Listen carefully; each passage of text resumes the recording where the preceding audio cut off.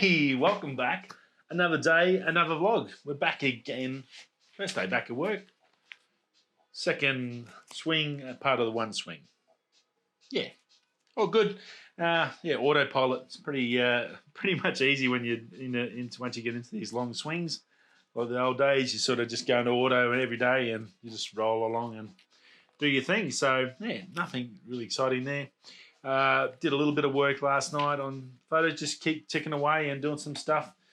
Yeah, no real big changes on me in the last 24 hours, I guess. So yeah, what can I say? But some big news. If you're a car follower and a car person, you would have heard of Rimac. It's a Croatian brand. Mate Rimac, very smart young fellow, 21, started up his own electric vehicle company, much like Elon Musk, just one of those brilliant people. From then, he's moved on. You probably best know the Rimac cars from when Hammond crashed in a race, and the thing took like 3 days to put out because of the batteries in it. There wasn't enough protection or whatever. So they've come a long way. They make super hyper cars, and they've got better and better every year. Now, they only started 11 years ago, which is sort of crazy, isn't it? 11 years sort of seems like a long time, but in a business, it's not really a long time. Now, huge news today. He has come up. He's done pretty well for himself, and like you got to give the young fellow a pat on the back. He was 21 when he started, so he'd be 31, 32 now, I'm assuming. He has signed a deal to go into partners, Rimac with Bugatti. The new company is going to be called Bugatti Rimac. He's splitting up his Rimac company. It's going to be two parts. There's going to be basically a parts group, which is going to supply Volkswagen and Porsche and all that Volkswagen group with electric vehicle parts. So that's good news because he does make pretty good gear. So those companies are going to benefit from that. So that's a separate car parts business. And then he's going to be the CEO of the new Bugatti Rimac division, which is to make Bugatti and Rimac supercar, hypercars, whatever you want to call them, whatever you fancy.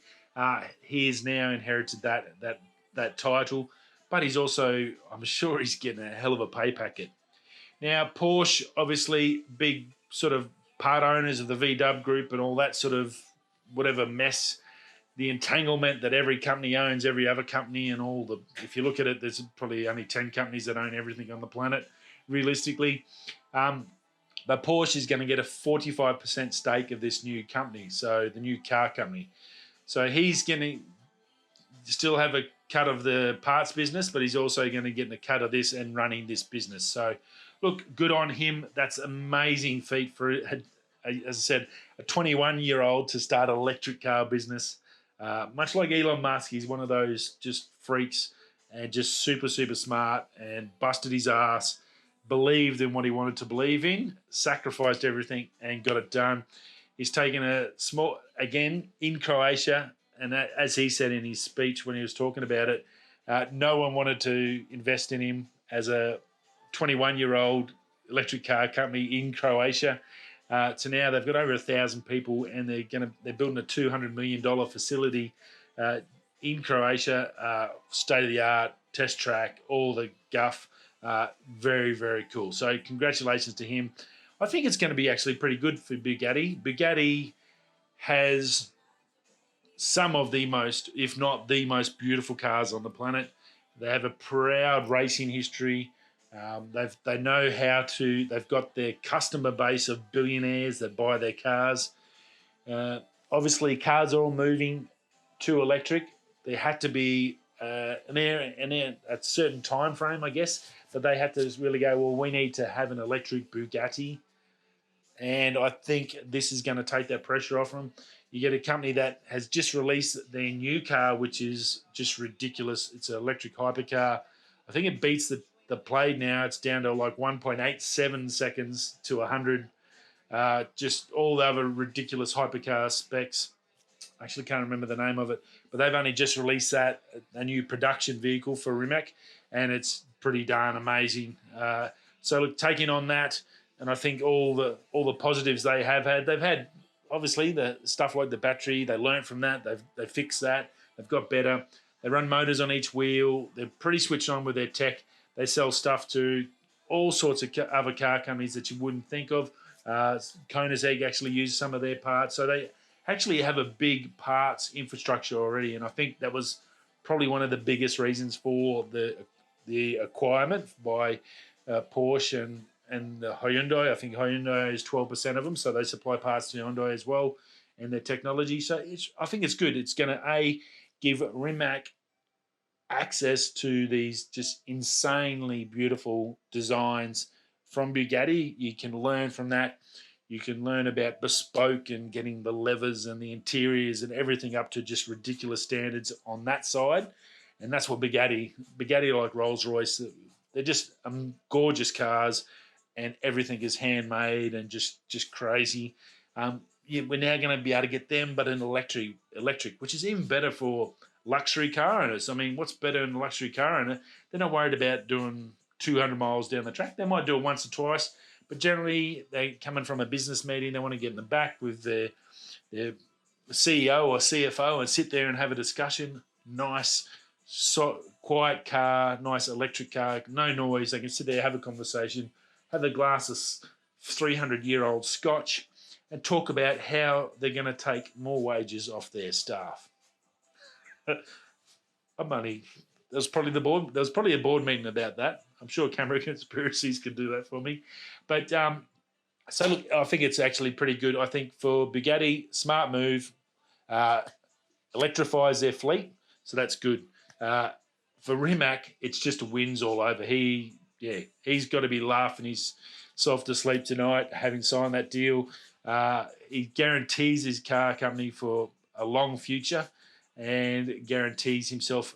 I'm sure he's getting one heck of a payout for this splitting up his company and the purchase and stuff. So look, good on him. Congratulations. And look, huge news because Porsche is going to get this technology. Volkswagen's going to be able to get this technology. Hyundai get them. So it's only going to be bigger and better from here on in. So big news in the car world and for electric cars. So very, very cool. Now, Nintendo Switch. This is a strange one. They had a clip. They've just announced the release of a new OLED version for the Nintendo Switch. Pretty cool. OLED, we know, is the best picture. Dark blacks, all that. Picture quality is fantastic. It's just strange that halfway through their ad campaign for OLED, they've got it docked so you're watching it on a non-OLED TV, and they're playing it through the TV. So I'm not sure if they're advertising a new Switch for OLED, or they were just advertising the Switch on a whole. So it was a little bit weird to me because half the ad was that people were docked playing on a TV, but the model's about OLED screen on the handheld unit, not on the TV, unless Nintendo's selling TVs now. So, yeah, look, I think it's good. 7-inch OLED screen, pretty darn cool. If you're into gaming, if your kid's into gaming and they're into Nintendo and stuff like that, that's going to be fantastic. I just the ad campaign just seemed out of touch because I thought it would have been a hell of a lot more emphasis on the screen, the colours and all that, and talking about that when it was just basically about the Switch. And they didn't really push the fact that this screen, the only difference really is it's an OLED screen now. So, yeah, okay. But anyway, that's coming out. That's going to be out October the 8th. If you do have a Nintendo Switch or you've been thinking about getting one, it's probably worth waiting until you get that because the screen quality will be a hell of a lot better for your gaming. So that's pretty cool. Now, Nikon. Interesting one. I didn't know really whether to really talk about this as much as I thought. Z9, there's been 1,000 rumours about it coming out. Canon Rumours talked about this, and they were basically talking on the second hand thing from Nikon Rumours, and basically Nikon Rumours have said that it's going to come out in November, December this year. So basically, we knew it was coming. We didn't know when it was coming. it's a rumor that it's coming then. Has any rumor about electrics in the last 2 months been accurate? No. The MacBooks, Sony's, everything else we've talked about, I think in the last couple of days as well, it's been all pushed back and delayed. So I wouldn't be surprised if it's not till 2022. Now, the specs was pretty interesting because basically it was like a wish list of everything Nikon wishes they had. But it's pretty hard to sort of to believe that they're going to put all this in the Z9 because they're so far behind. I don't know how they're going to catch up in one camera. So it's a little bit tricky. Specs. Now, these are the rumoured specs. So I highly think that these aren't going to be close to this. It's going to be probably a better camera and a really good mirrorless pro camera. Whether they can get off what they're actually dreaming about, I'm not sure. Now, a new stacked high-res FX sensor. Yeah, that's cool. It's not a back illuminated, so therefore it's probably not going to be as fast. High res, so I'm assuming something around a 45 megapixels, say an R5, a Sony A7R4, sort of somewhere around that mark. That's believable. That's not amazing. That's what they need just to catch up to the opposition that's already had it out for a couple of years. So, they're playing catch up, so that's good. At least you get there. Integrated grip, of course, it's the pro level one. 20 frames a second. Huh? Are you kidding me? The R3 is 30 frames. The 1DX was 20 frames. That's 2 years old, nearly 2.5 years old, I think. And they're only getting the 20 frame. Yeah, a little bit slow. 16-bit RAW, so that's pretty cool. They're going the 8K route, 8K 30 frames, 4K 120. Yep, so again, catch up. 8K, I don't think they need... Why does Nikon need 8K? They're photographers' cameras. They're not video cameras. They're photographers' cameras. It seems like they want a piece of the video market and they're just putting that in there, but it's like an afterthought. I think they need to focus on getting 30 frames a second rather than having 8K. I think their photographers, their wildlife photographers would appreciate 30 frames. They're not going to really appreciate 8K.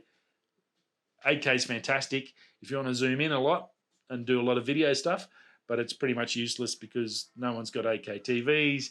By the time YouTube compresses, it's pretty much down to 1080 anyway, so really, it's a bit crazy. New processor, new speed processor, understandable.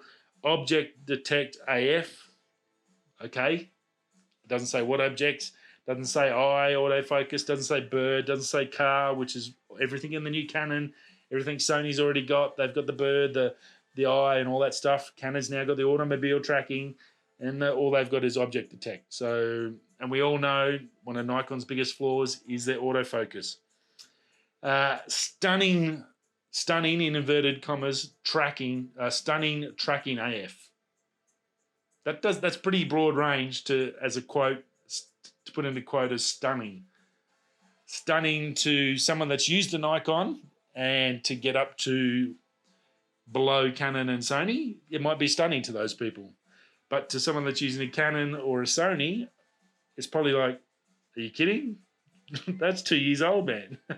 So it's a little bit, as I'm saying, the specs they've put in there, it's more like just a wish list of where they need to be, and they better get to here. And I think that's really what this is. So we'll take this all with a grain of salt. 2 XQD or 2 CF Express card slots. Definitely need 2 card slots as a pro model. I think having 2 of the one card is right. I don't know why you go XQD. I definitely go have maybe CF Express. That's fine. But seeing as though the SD cards have now just been upgraded and they're all going to ridiculous speeds, over 1,000 megabytes a second, crazy stuff that we talked about the last couple of weeks, I think either have CF Express or SD cards and then use that new Lexar performance cards from SD. So I think that'd be a better option. I think the XQDs is pretty much well and truly gone. I didn't really know anyone was actually using them anymore. So that's a bit strange. ISO, again, a little bit weird here, 64 to 25,000. Now, Nikon's normally got a really good ISO. I know Benny's, whenever the other night, he has his Z7, it goes up to, I think, all the way up to 200,000. We know the Sony does like ridiculous up to 400,000 crazy town. So it's 64 to 25, 600, and then high one, high two, but doesn't say with them. Again, I think this is just, yeah, we'll talk a little bit at the end. Better dynamic range of noise. You'd hope so. It's better than the DSLR. EVF, 5 megapixel or 9 megapixel. Realistically, they need to come out with something decent to sell this. 9 megapixel. Give your customers something to smile about. Give them a 9 megapixel. They're photographers. They're in the eye socket all the day. Give them a nice EVF. 9 megapixel will help you sell cameras, Nikon. So definitely do that. 120 hertz refresh. Yep, beautiful. Again, that's good stuff that they need. They don't. This is not a wish list. They need to have that in if they want to sell any of these because they've got the competition is fierce. New user interface. No second LED LCDs on the back of it, like the D6. A new battery, and then they're saying $6,000 to $7,000 US. That's 10 grand. That's a lot of cash. It's going to be above the R3 and above the R5 and A7S3. So, like, they're going to have to really get this right. As I said, I think this is Nikon Rumors just, I guess, trying to find something to talk about. I think all those specs are not really wish lists. They're just really, as I said before, get it up to speed. That's not something that's going to blow anything away. Like R3 come out with eye autofocus, so you don't even need to track it. You can just use your eye to track it. That's something amazing and different. Sony has ridiculous auto tracking, ridiculous speeds, ridiculous ISO up to 400,000 for the A7S III. That's what sells cameras. If you're going to come out with the same stuff as cameras that are 2 years old, you're not going to be able to translate that into sales. You're going to get the existing Nikon users. You're not going to get any new users because they can get a second-hand Sony. They can get a second-hand Canon. We're about to get the R3 and then the R1. So the R5 and R6 will become cheaper. They're going to become second-hand items that you can buy second-hand on eBay for a good price. That's what you're going up against. Like we're talking, this isn't going to come out on sale till 2022, realistically. That's the same time as the R3. The R3 has already just blown all those specs away. So Nikon hope they've got something more up their sleeve, not just what that is, because if that's the specs, I really think they're going to struggle. It's going to be they'll sell theirs to their Nikon users, and that's fine.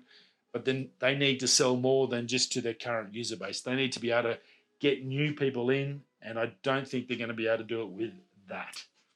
My thoughts. What do you think? Let me know below. Now, last but not least, Canon. Oof, production issues. Speaking of production, we talked about chips and all the issues with chips. Obviously, the Z9's one of those things that's been pushed back because of that as well. RF lenses that are currently having production issues that are not going to catch up to August. If you have pre-orders already in, so you'll save for that 14 to 35, that's probably one that's going to spring to mind. You might still be able to get your stock, but you may actually have to wait till late August. So yeah, a little bit of issue there. Lenses that it's going to hurt: 14 to 35, the 100 to 500, the 100 millimeter, the 400, and the 600 mil, all RF lenses, obviously. The new ones, that's for the Canon. So thanks to Canoramas for that. So that's sort of a bit of a heads up. So if you hadn't already pre-ordered something, maybe try and get in now because stocks are going to be limited. If you were waiting to pull the trigger on one of those 14 to 35s, well, you probably need to have already pulled it, or you might be waiting till maybe September before you get your stock. So look, just a bit of a heads up on that. And that's about it. Yeah, a little bit of a quiet day on the tech news, but that Rimac Bugatti Rimac is the new company. Very cool. I actually think it will do. I think it's a good match. I think it's something that's going to prove a lot of benefits to Porsche, Volkswagen, Hyundai, and all that with getting that Rimac technology for their electric cars, because Rimac, like Tesla, was out in front and really good solid tech. And the other car companies waited back because obviously they got the money. They can come in and do what they've done. It's just buy into it, which they have. Rimac, I think, is But I think on the whole, Rimac has just done crazy, and he's just got to be so happy. Good on him. Just shows you if you believe in something and you put in the hard work, in 10 years, he has now set himself up. He set his country up for a great manufacturing future too. So that's awesome for Croatia. Very, very good news. Good on him, and good on you, Rimac. Mate. Awesome work, buddy. That's it. I will see you all again tomorrow. Thanks for stopping by. So whether you're coming this way, that way, I'll catch you tomorrow on the flip side. Peace.